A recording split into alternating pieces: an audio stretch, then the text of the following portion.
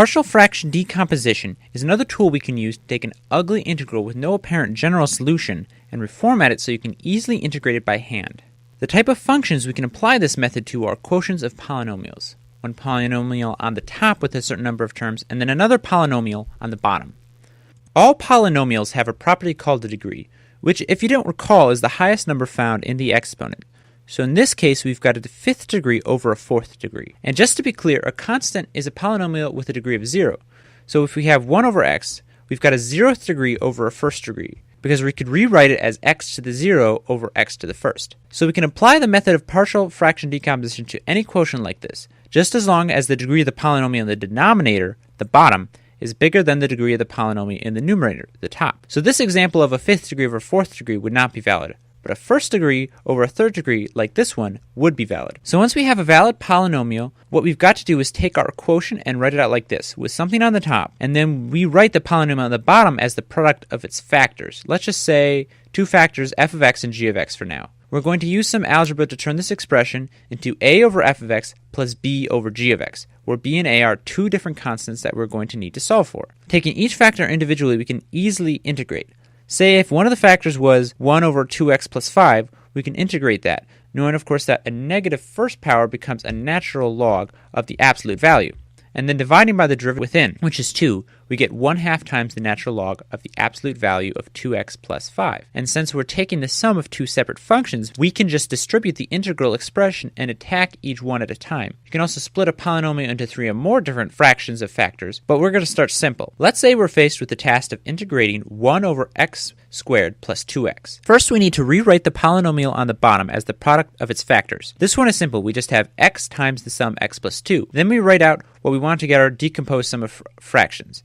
We want to get a over x plus b over x plus 2. Now, how do we find a and b? Well, we know that this sum is going to be equal to our original function since we're not actually changing the function, we're just writing it in a different way. So we can just set our decomposed function with our two constants equal to the original and treat it like an algebraic problem. We start by multiplying both sides of the equation by x times the sum x plus 2. This will cancel out our left side and we'll get 1. And on the other side, it'll cancel out one term each so that we get a times x plus 2 plus b times x.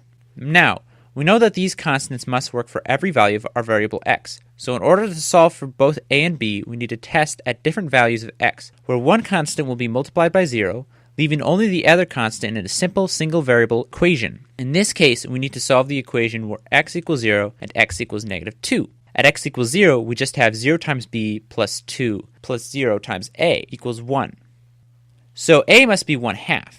At x equals negative 2, we have negative 2 times b plus 2 minus 2 times a equals 1. So b must be negative 1/2. Now we can just go back and put these constant values into our equation. We get 1/2 divided by x plus negative 1/2 divided by x plus 2. Moving that around, we get the simpler version, 1 over 2x minus 1 over 2x plus 4. So before we integrate, it's good practice to do the process in reverse to make sure that we did our work right. In order to add two fractions, we cross multiply, so in the denominator we will have 2x times 2x plus 2 in both fractions. This process gives us the numerator negative 2x plus 4 plus 2x. So the first thing we can do is cancel out the x's. Then the 4 divides out the 2 here, and then simplify again by dividing what's left by 2.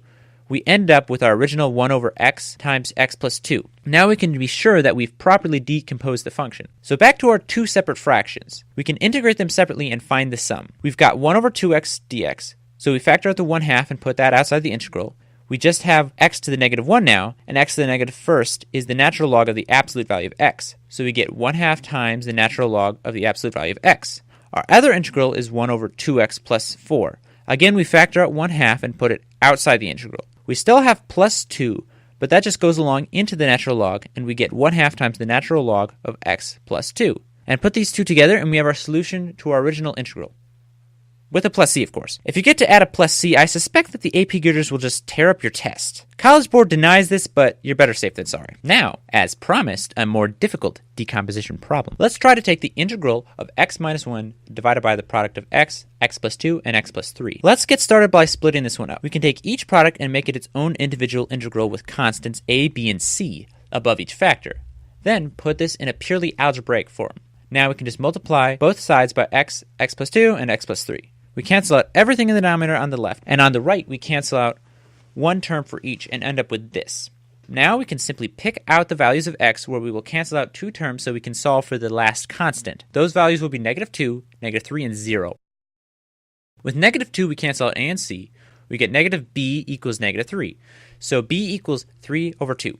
With x equals -3 we cancel out a and b. We end up with -4 equals 3c, so c is equal to -4/3. And lastly, we have x equals 0. So in this case, we cancel out b and c and end up with -1 equals 6a. So a equals -1/6. So we can put those constants and get our final decomposed separate integrals. We've got -1/6 over x plus 3/2 over x plus 2 minus 4/3 over x plus 3. Before we go on to the final step, we put these fractions back together just to make sure that we actually come back to our original quotient. We can multiply each term by a fraction that is equal to 1, but that will get them all to have the same denominator. Unfortunately, this involves a lot of tedious calculating.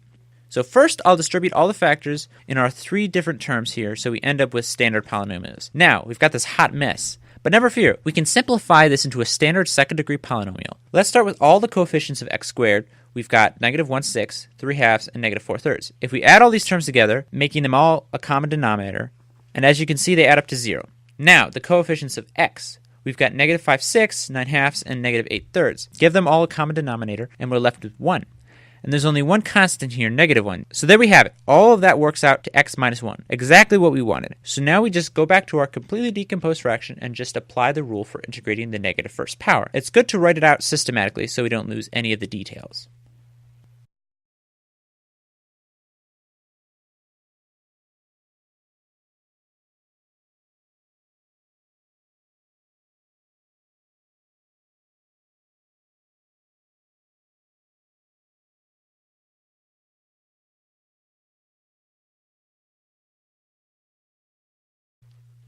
So there's our solution, plus c.